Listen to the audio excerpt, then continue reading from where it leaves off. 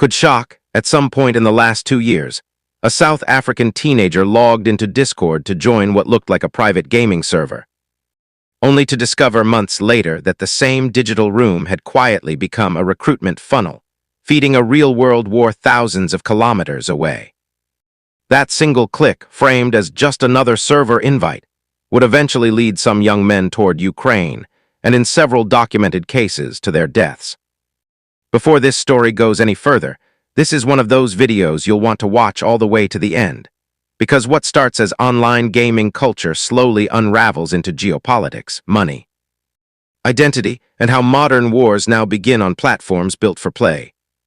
If stories that expose what happens behind the screen matter to you, subscribe now and stay with this channel, because the ending of this one changes how you'll see Discord forever.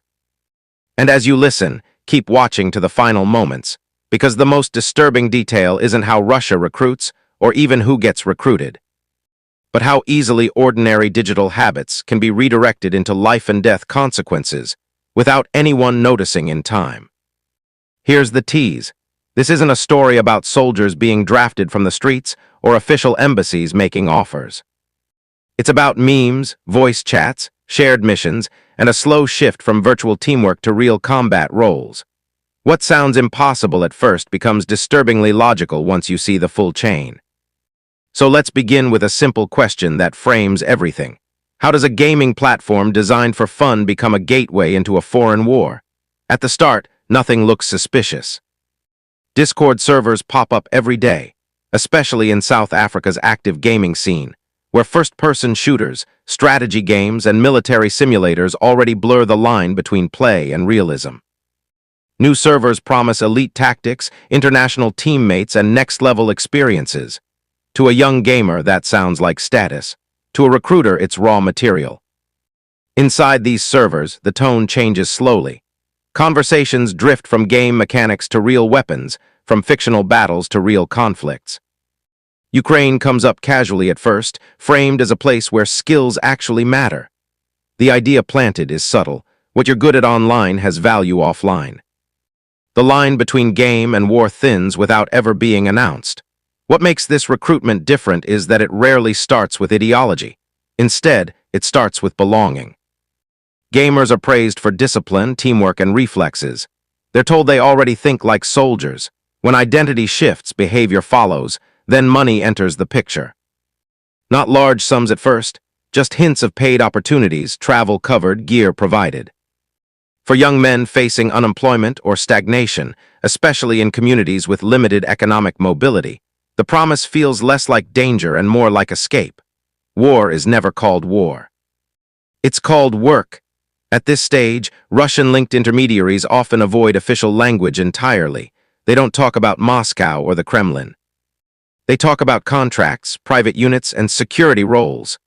The ambiguity is intentional. It keeps plausible deniability on one side and hope alive on the other. One of the most effective tools here is normalization. When someone in the server claims they've already gone and returned, or shares photos that look controlled and safe, fear drops. Risk becomes abstract. The digital echo chamber does the rest. Another layer is psychological testing disguised as gaming challenges. Reaction speed, obedience to command, willingness to follow orders under pressure, these are framed as fun drills. In reality, they're filters. Those who resist drop off. Those who comply move closer. Travel arrangements, when they happen, are rarely explained fully.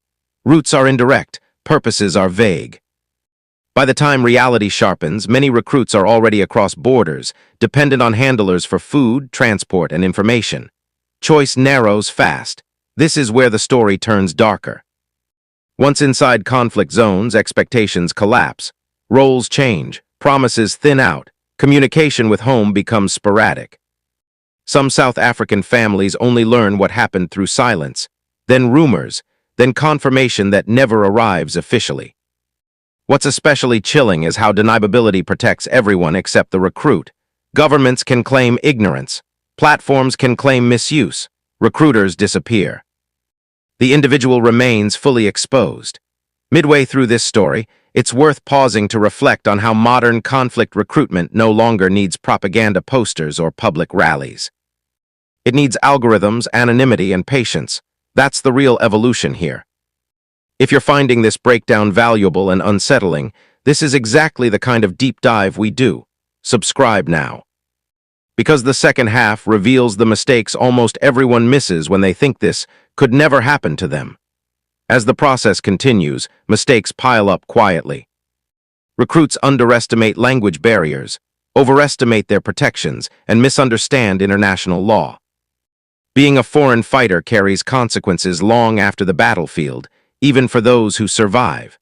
Another overlooked detail is how gaming culture itself can be weaponized. Competitive trash talk becomes dehumanization. Enemy NPCs becomes real people. Emotional distance grows, making moral boundaries easier to cross. Some recruits reportedly believed they could leave anytime. That illusion collapses quickly in war zones where passports are held for safety and contracts suddenly feel permanent. Control replaces consent. Families back home struggle with shame and confusion. Without official channels, they don't know who to contact or what rights they have.